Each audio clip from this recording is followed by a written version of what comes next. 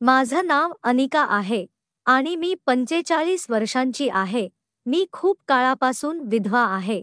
माझ्या पतीने माझ्यासोबत फक्त 2 वर्ष घालवली. होय, फक्त 2 वर्ष. मी माझ्या मुलाला, आर्यनला, घेऊन गर्भवती होते. तेव्हा माझे पती गेले. त्या क्षणापासून मी एकटी आहे, विधवेच्या रूपात. त्यानंतर माझ्या मुलाच्या जन्मानंतर मी त्याला एकटीनं वाढवलं आणि असं वाढवलं की त्याला कशाचीच कमतरता भासली नाही. जरा थांबा. माझी कथा सुरू करण्यापूर्वी मी तुम्हाला विनंती करते की माझ्या चॅनलला सबस्क्राईब करा आणि बेल आयकॉन नक्की दाबा आणि कृपया कथा शेवटपर्यंत ऐका जेणेकरून तुम्हाला पुढे काय झालं ते कळेल. तर हो, मी सांगत होते की मी एक विधवा आहे. जवळपास 17 वर्षांहून अधिक काळ झाला. होय, मी 17 वर्षांपेक्षा जास्त काळ विधवा आहे. जेव्हापासून माझ्या पतीचं निधन झालं, तेव्हा मी ठरवलं की मी पुन्हा लग्न करणार नाही, कारण मला माझ्या मुलासोबत शांततेने जगायचं होतं आणि त्याला चांगलं संगोपन द्यायचं होतं. खरं तर मला पैशांची काही कमतरता नव्हती, कारण माझ्या आईवडिलांकडून मला खूप संपत्ती मिळाली होती, कारण तेव्हा माझे आईवडील दोघेही गेले होते आणि माझा कोणी भाऊ बहीणही नव्हता. त्यामुळे माझ्या आईवडिलांची सगळी संपत्ती मलाच मिळाली, ज्यामुळे मी माझ्या मुलाला खूप लाडप्याराने वाढवलं, त्याला सर्वोत्तम शाळांमध्ये शिकवलं आणि दरवर्षी त्याला वेगवेगळ्या शहरांमध्ये फिरायला नेलं. तेव्हा आम्ही प्रत्येक वेळी नवीन ठिकाणी, नवीन राज्यात सुट्ट्यांचा आनंद लुटायचो, ज्यामुळे आमचं आयुष्य खूप मुक्त आणि मजेदार होतं. तेव्हा आम्ही जे हवं ते करायचो आणि खूप आनंदी राहायचो. त्यावेळी मी स्वतःलाही पूर्णपणे विसरले होते. तेव्हा मी हेही विसरले की मला लग्न करण्याचा हक्क आहे, कारण मी अजून तरुण होते, कारण माझ्या पतीचं निधन आमच्या लग्नानंतर फक्त 2 वर्षांनी झालं होतं. त्यामुळे तेव्हा माझा मुलगा आर्यन फक्त काही महिन्यांचा होता. असो, दिवस निघून गेले आणि मी माझ्या आईवडिलांकडून मिळालेल्या संपत्तीच्या व्याजावर आयुष्य जगत राहिले. तेव्हा देवाचा आभार की सगळं काही खूप चांगलं होतं. नंतर मी एक छोटासा व्यवसायही सुरू केला, ज्यामध्ये मी आणि आर्यन, जेव्हा तो थोडा मोठा झाला, तेव्हा एकत्र उभे राहिलो. तेव्हा देवाच्या कृपेने माझा मुलगा आता 19 वर्षांचा झाला होता, किंवा म्हणूया की 20 वर्षांचा होणार होता. आता तो एक तरुण मुलगा दिसू लागला होता. पण तेव्हाच काही काळापासून मला एक विचित्र रिकामेपणा जाणवू लागला, जो माझ्यासाठी खूप त्रासदायक होता. विशेषतः जेव्हा आर्यन त्याच्या मित्रांसोबत फिरायला जायचा, कारण तेव्हा तो जवळपास प्रत्येक महिन्याला त्याच्या मित्रांसोबत कुठे ना कुठे फिरायला जायचा, वातावरण बदलण्यासाठी. आणि तेव्हा मी एकटी राहायचे, माझ्या मोठ्या हवेलीत. मग मला तो रिकामेपणा जाणवू लागला. मग त्या रिकामेपणामुळे मी खूप त्रस्त झाले, ज्यामुळे मला खूप कंटाळा आणि एकटेपणा जाणवू लागला. तेव्हाच माझ्या मनात एक विचार आला की मी एखाद्या चांगल्या नात्याला होकार द्यावा, कारण तेव्हाही माझ्याकडे अनेक नात्यांचे प्रस्ताव येत होते. पण तेव्हा मला थोडी भीती वाटत होती की माझा मुलगा आर्यन यावर कशी प्रतिक्रिया देईल. तरीही जेव्हा तो घरी आला, तेव्हा मी धैर्य एकवटलं आणि त्याच्याशी बोलण्याचा निर्णय घेतला. मी म्हणाले, आर्यन बेटा, तुझ्याशी थोडं बोलायचं आहे. यावर तो म्हणाला, होय आई, नक्की बोल ना. तेव्हा मी म्हणाले, बघ बेटा, आता तू मोठा झाला आहेस, तू समजू शकतोस. एक दिवस तू लग्न करशील, मग माझ्यापासून दूर जाशील, स्वतःचं घर थाटशील, तेव्हा तू माझ्यासोबत राहिलास किंवा नाही, पण मला खूप एकटेपणा जाणवतोय. म्हणून मी विचार करते की तू याला मान्यता देईल का की मी एखाद्या चांगल्या नात्याला होकार द्यावा, जे माझ्यासाठी आले आहेत. हे ऐकून आर्यनचा चेहरा एकदम बदलला. तो खूप नाराज आणि दुखी झाला. मग त्याने म्हणाला, नाही आई, मी यासाठी तयार नाही, पण तुला असं करायचं असेल, तर तुझी मर्जी. तेव्हा मला वाटलं की माझ्या बोलण्याने तो खूप अस्वस्थ झाला आहे, कारण तो सरळ त्याच्या खोलीत गेला. तेव्हाच मीही त्याच्या मागे गेले, तर पाहिलं की तो रडत होता. तेव्हा मी त्याला मिठी मारली, प्रेमाने त्याच्या डोक्यावर हात फिरवला आणि म्हणाले, बेटा, ठीक आहे, मी असं काही करणार नाही ज्याने तुला त्रास होईल. मी कधीच असं करणार नाही जे तुला आवडणार नाही, कारण माझ्यासाठी तूच माझं सगळं विश्व आहेस. मग मी त्याच्याशी थोडा वेळ बोलले. तेव्हा त्याने म्हणाला, आई, कृपया ही गोष्ट तुझ्या मनातून काढून टाक.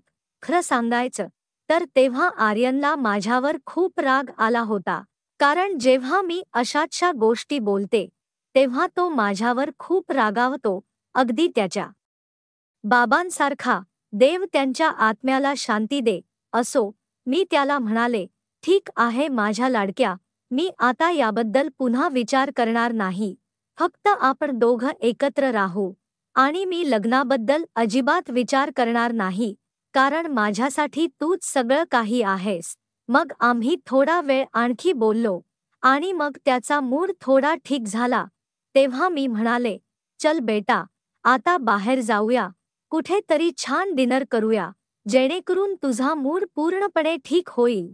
यावर तो म्हणाला, आई, मी तसंही माझ्या मित्र अज्जसोबत बाहेर जातोय. तो त्याच्या आईलाही सोबत घेऊन येतोय, कारण त्यांचीही परिस्थिती आपल्यासारखीच आहे. त्या सुद्धा विधवा आहेत आणि अज्ज त्यांचा एकुलता एक मुलगा आहे. यावर मी म्हणाले, बेटा, चल तर मग आपण सगळे एकत्र बाहेर जाऊया, छान वेळ घालवूया आणि एक मजेदार दिवस एकत्र घालवूया. मग आम्ही तयार होऊन बाहेर जाण्याचा निर्णय घेतला. जरी मी माझ्या मुलाच्या मित्र अजयला यापूर्वी 4-5 वेळा पाहिलं होतं. जेव्हा तो आर्यनला भेटायला माझ्या घरी कधीतरी यायचा, तो सुद्धा माझ्या मुलाच्या वयाचा होता, पण त्याला पाहून वाटायचं की तो त्याच्यापेक्षा थोडा मोठा आहे, कारण तो जिमला जायचा आणि खेळांमध्ये रस घ्यायचा. तर माझा मुलगा आर्यन या गोष्टींमध्ये अजिबात पडायचा नाही. असो, मी अजयच्या आईला, जिचं नाव ममता होतं, तिला प्रथमच भेटले. पहिल्याच भेटीत आम्ही दोघी खूप चांगल्या मैत्रिणी झाल्या. मग आम्ही जवळपास दररोज भेटू लागलो. आता एकतर त्या आमच्या घरी यायच्या किंवा आम्ही त्यांच्या घरी जायचो, कारण आता आमची मैत्री खूप घट्ट झाली होती. तिकडे माझ्या मुलाचा, आर्यनचा, अज्जशिवाय दुसरा कोणी मित्र नव्हता आणि इकडे माझीही ममताशिवाय कोणी खास मैत्रीण नव्हती. त्यामुळे आता आमचे दोन्ही कुटुंब एकमेकांच्या खूप जवळ आले. आता प्रत्येक सण, प्रत्येक खास प्रसंगी आम्ही एकत्र असायचो. एकतर त्या आमच्या घरी यायच्या किंवा आम्ही त्यांच्या घरी जायचो, कारण त्या खूप चांगल्या आणि सन्माननीय होत्या. त्यामुळे त्यांच्यासोबत वेळ घालवायला खूप छान वाटायचं. एकदा मी ममताशी बोलत होते आणि तेव्हाच आम्हाला जाणवलं की आमची आयुष्य एकमेकांशी खूप मिळती-जुळती आहे.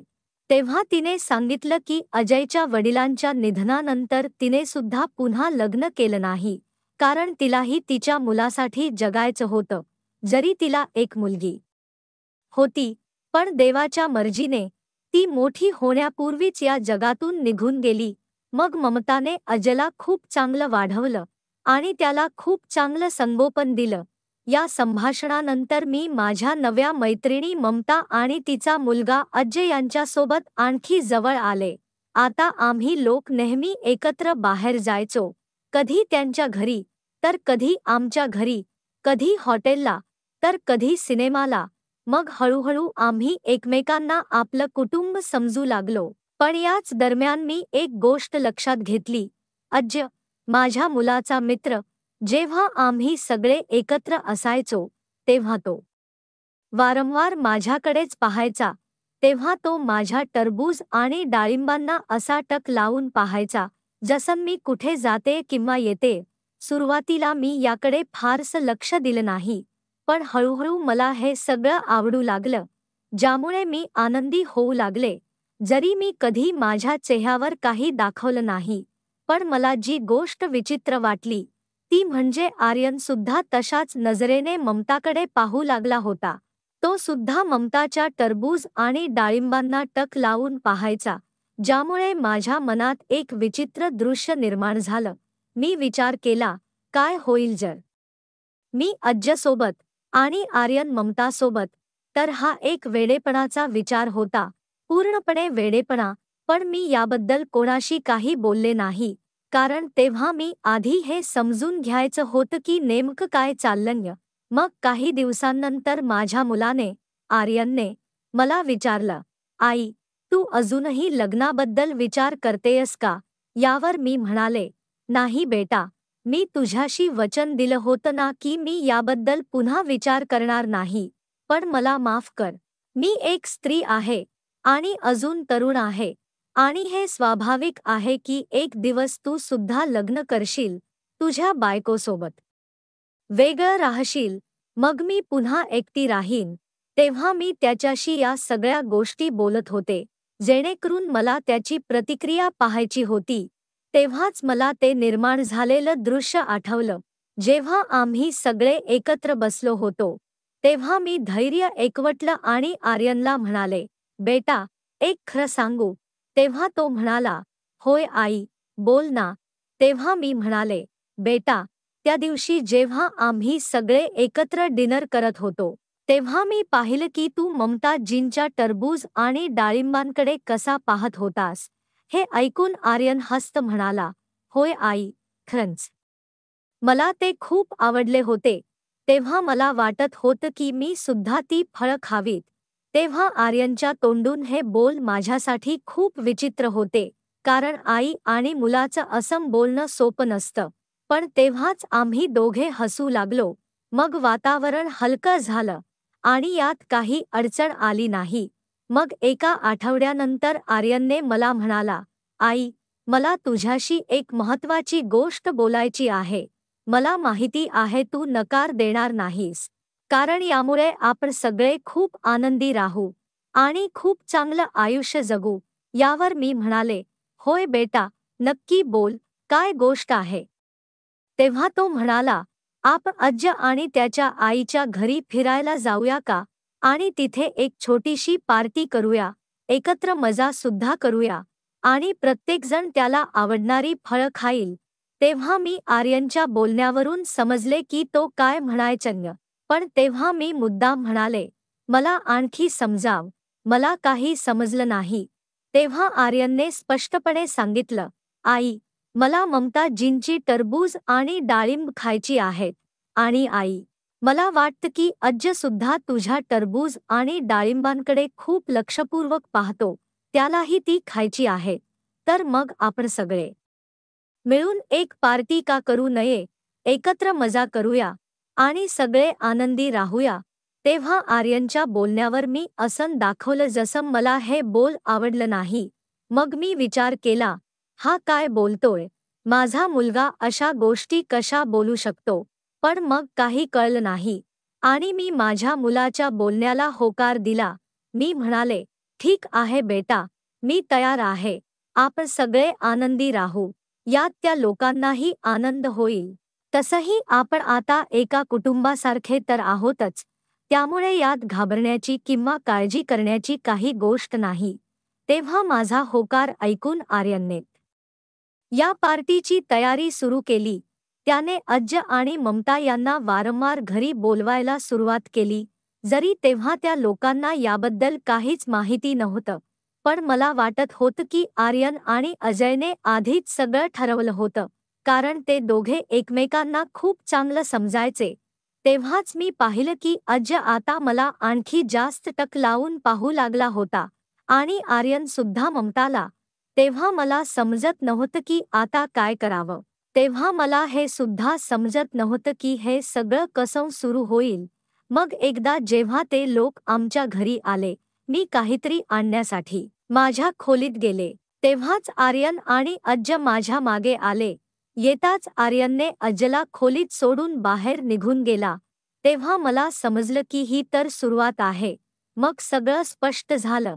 तेव्हा अजयने माझ्यासोबत काही जास्तच जवळीक दाखवायला सुरुवात केली. तेव्हा आम्ही दोघे एकमेकात इतके हरवून गेलो जणू आत्ताच जन्माला आलो.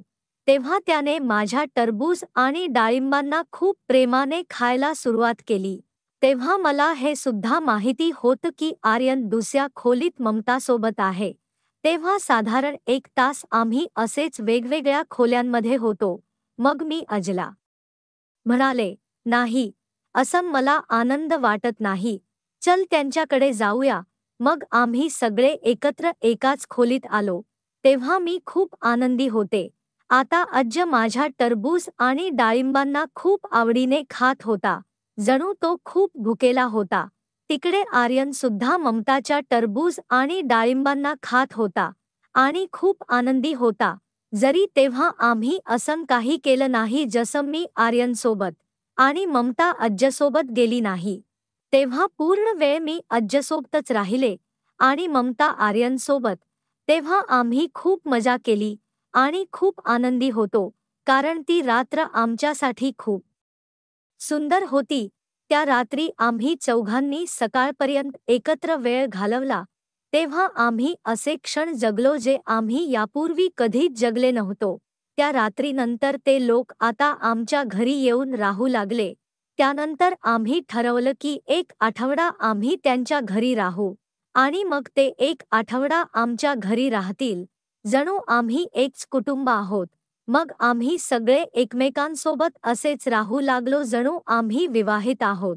आणि माझ्या आयुष्यात पुन्हा एक रोमांस आणि सौंदर्य आलं, ज्याने माझ्यात त्या सगळ्या गोष्टींची भरपाई केली, ज्यापासून मी वर्षानुवर्षे वंचित होते. आता मी खूप आनंदी होते. पण तेव्हाच एक खूप मोठी अडचण आली. असं झालं की मी आणि अजय एकदा इतके हरवून गेलो की मी गर्भवती झाले. आता मला समजत नाही की काय करावं. तेव्हा मी या संकटातून बाहेर पडण्याचा प्रत्येक मार्ग विचार केला, पण काही समजत नाही. ज्यामुळे मी खूप त्रस्त आहे. ना विचार करू शकते, ना काही करू शकते. म्हणून कृपया तुम्ही लोक मला कमेंट्समध्ये सल्ला द्या की मी या अडचणीतून कशी बाहेर पडू. मला सांगा की आता मला काय करावं. तर मित्रांनो, ही होती आमची आजची छोटीशी कथा. तुम्हाला ही कथा कशी वाटली कमेंट करून नक्की सांगा. जर तुम्हाला ही कथा आवडली असेल तर तिला लाईक करा आणि तुमच्या मित्रांसोबत शेअर करा. पुढेही अशाच रोमांचक कथांसाठी आमच्या चॅनलला सबस्क्राईब करा आणि बेल आयकॉन दाबायला विसरू नका, जेणेकरून तुम्ही आमची कोणतीही कथा चुकवणार नाही. धन्यवाद.